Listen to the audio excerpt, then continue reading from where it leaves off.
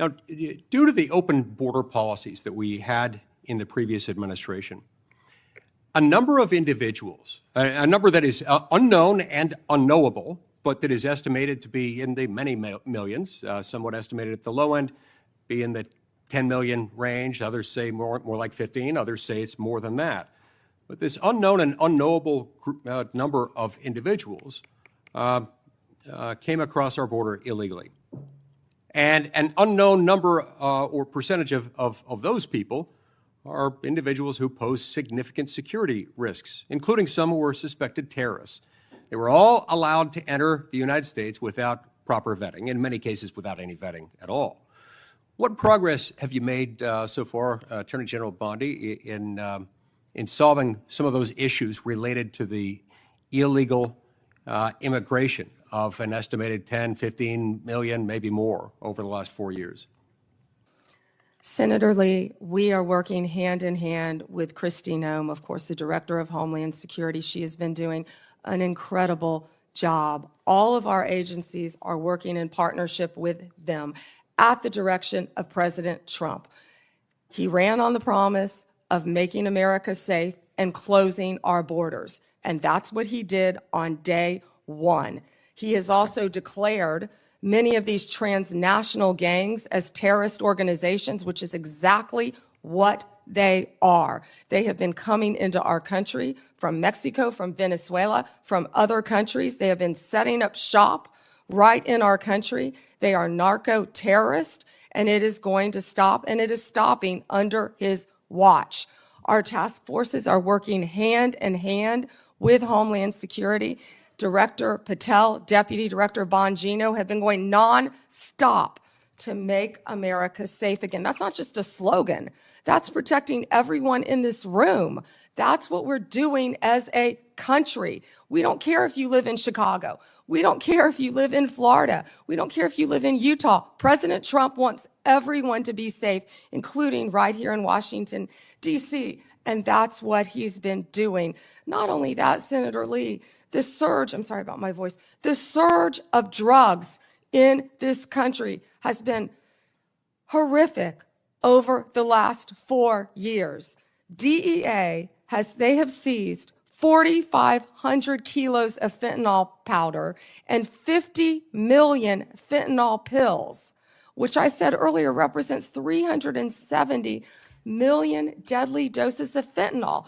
These transnational gangs, it's all about drugs and money, and they are destroying our country. They are destroying our children, and a lot of this fentanyl, as we know, is made, the precursors in China. They're coming in our country through Mexico and now other places, and under Donald Trump, it's going to stop because he has secured our borders, Senator Lee. And we're very grateful for that effort. It's interesting to note, moreover, that under the leadership of your predecessor, the Department of Justice, the FBI, and others who routinely appear before this committee, when asked about the human smuggling operation going on across our southern border, routinely denied that fentanyl was coming in significant quantities through the human trafficking operation. They stated never with any evidence, never with any ability to back it up, to prove this was the case, that these things were coming across the points of entry through vehicles, through trucks, and otherwise. We know that not to be true, and we appreciate your work in exposing that. Now, in recent months, going along with this law enforcement effort, there's been a disturbing trend. It's a disturbing trend that seems to be on the increase in recent days and weeks. That is a rise of violence directed at federal law enforcement officers engaged in immigration-related arrests, including direct physical threats, organized riots outside of detention facilities, and most tragically, of late, a fatal shooting targeting an ICE facility in Dallas. Then just yesterday, it was reported that a cartel member in Chicago put a bounty, that's right, a bounty, out there offering $2,000 on information about any ICE officer and $10,000 for those who kill an ICE officer. Now, keep in mind, this information is not for kicks and giggles. It is not for a game of Trivial Pursuit. That information, for which the cartel member would pay $2,000. He's there so that others can kill an ICE officer and get $10,000. That's what that is. Can you discuss what protections are essential to ensuring the safety of ICE officers and their families, and why requirements to display personal information and prohibiting them from ever wearing any kind of covering would represent a totally unacceptable, indefensible risk to their public safety?